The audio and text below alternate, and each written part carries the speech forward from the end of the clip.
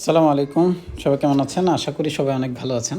আচ্ছা, আজকে আবার আমরা ডিএস ইনডেক্স নিয়ে আলোচনা করব। তবে আজকের আলোচনা আপনার উইকলি এর বেসিসে হবে।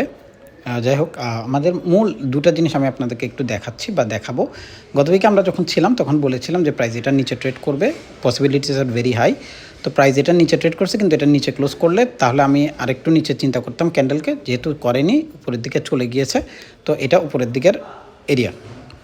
এখন ফ্যাক্টর হচ্ছে আমাদেরকে যেটা দেখতে হবে বা দেখার চেষ্টা করছি সেটা হচ্ছে সবার আগে আমাদের এখানে একটা এরিয়া আছে, যে এরিয়াটা থেকে প্রাইস কী করেছিল, উপরের দিকে গিয়েছিল। সেটা ছিল এইটা, এই এরিয়া। আর রানিংয়ে আমাদের এই এরিয়াটা এখন পর্যন্ত আসলে সাপোর্ট করছে, কোন এরিয়াটা, এইটা। হ্যাঁ, তো এখন আগামী উইকে কী করতে পারে সেটা নিয়ে যদি একটু আলোচনা করি। আমাদের সবার আগে এই যে ক্যান্ডেলের, এটা যেহেতু একটা ডোজি ক্যান্ডেল এবং এই পুরো স্ট্রাকচারটা আমাদের এই গ্রিন ক্যান্ডেলের বডির ভেতরে, ঠিক আছে, মোস্ট। তো আমার প্রথম এরিয়া হচ্ছে এটাকে ব্রেক করতে হবে, তাহলে আমি বাইয়ের জন্য থিঙ্ক করব। আদারওয়াইজ রানিংয়ে যেহেতু এটা নিচে ট্রেড করেনি, অর্থাৎ নিউ কোনো লো করেনি, তো আমাকে এখন নতুন করে আরেকটু ভাবনা চিন্তা করে ট্রেডগুলো করতে হবে। তো সবার আগে যে এরিয়াটা সেটা কি, তো আমার প্রথম যে পার্সপেক্টিভ সেটা হচ্ছে এটার উপরে সে যদি ক্লোজ দেয় উপরের দিকে বা ব্রেক করে, উপরের দিকে যাবে। আদারওয়াইজ নিচের দিকে যদি ক্লোজ করে বা নিচের দিকে আসে তাহলে সে সেল করবে। তো আমাদের এটা হচ্ছে এই মুহূর্ত পর্যন্ত মাদার ক্যান্ডেল, যেটার উপরে বেসিস করবে মার্কেট কোন দিকে যাবে সেটা। আচ্ছা, এরপর আসবে ডেলিতে। ডেলি আমাদেরকে কী বলছে সেটা নিয়ে যদি একটু আলোচনা করি।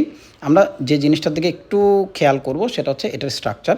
প্রাইস প্রথমে উপরে গেল, দেন লো, দেন হাই, দেন লোস, দেন হাই, দেন লোস, দেন হাই, দেন লোস। দেখেন এখানে যে এরিয়াগুলো প্রত্যেকটা লোয়ার লো কী করছে, একটু বড় বড় করে বড় হয়েছে। তারপরে কী করলো দেখেন, এই যে এরিয়াটা যেটা আমরা সেদিন কথা বলেছি বা গতকালকে বলেছিলাম, যে এখানে আমাদের কাছে দুটো এরিয়া আছে, একটা হচ্ছে এই এরিয়া আর একটা হচ্ছে এই এরিয়া। তো এই লাস্ট এরিয়া হচ্ছে এটা, যেটাকে ব্রেক করলে আমরা 100% শিওর হয়ে যেতাম মার্কেট কী হবে, বাইয়ের জন্য রেডি হয়ে যাবে বা মার্কেট বাই হয়ে যাবে।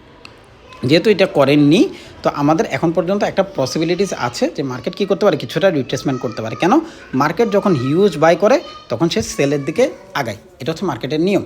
তো প্রাইস এখানে যখন আসলো একটা ডাব্লিউ প্যাটার্ন ক্রিয়েট আমরা দেখতে পাচ্ছি, রিট্রেসমেন্টের জন্য আসবে। আমরা এটাকে যদি ফিবোনাচি নেই, একটু ফিবোনাচিটা নেব, ফিবোনাচি নিয়ে দেখব এটা আসলে কতটুকু পর্যন্ত রিট্রেস করতে পারে।